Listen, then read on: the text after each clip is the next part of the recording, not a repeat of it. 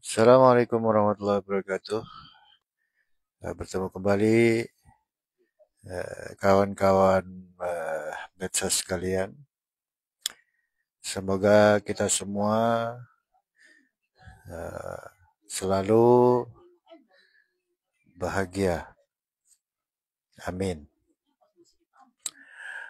Ya, kembali bertemu lagi dengan mencoba mengurai judul eh, yaitu tentang sesuatu yang abstrak ya guys. Bahasa Arabnya gaib guys. Bahasa ilmiahnya metafisik.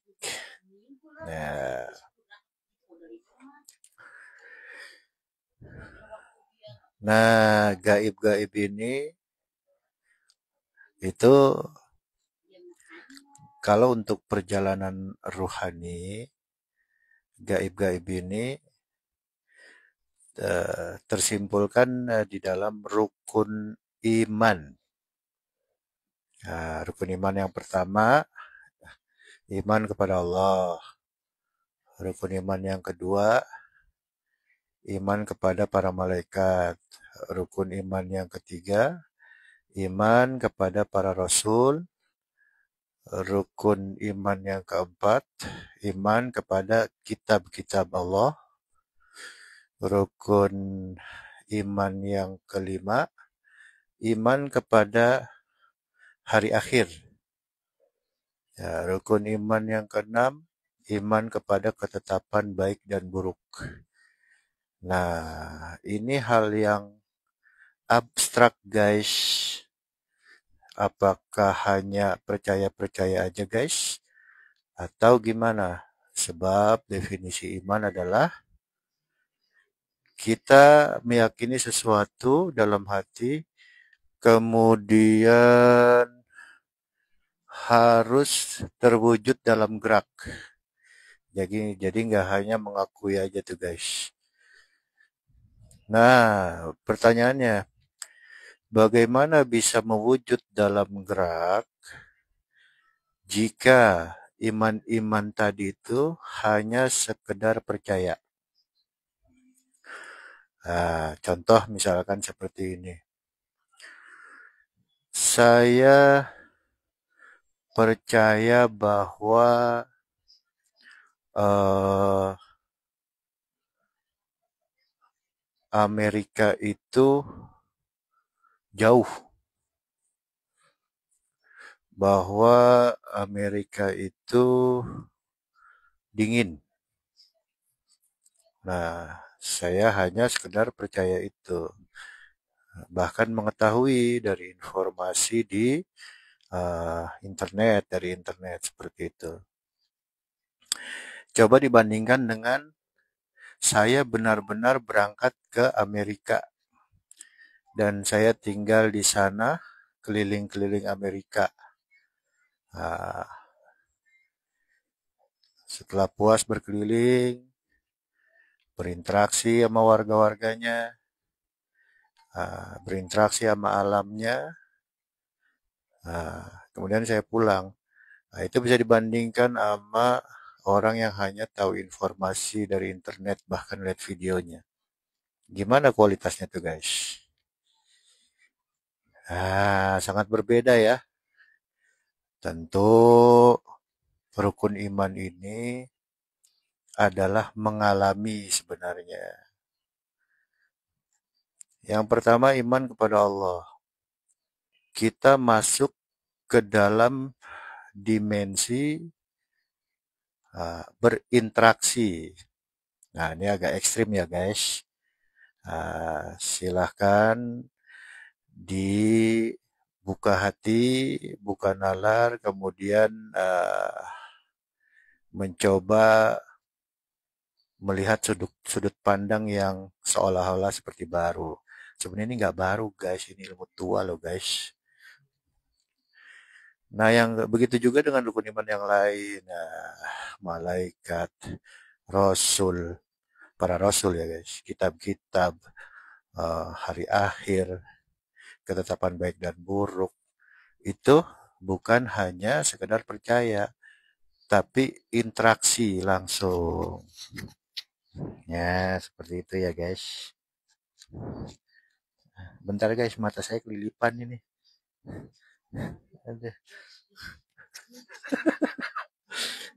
Eh, eh, ini judul ceramah, judul video saya guys ini mah bukan rukun iman.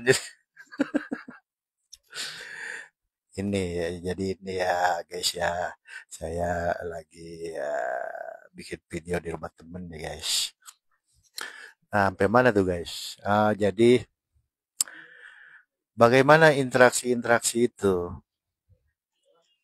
Ya, kita diciptakan oleh Allah lengkap jasmani dan ruhani.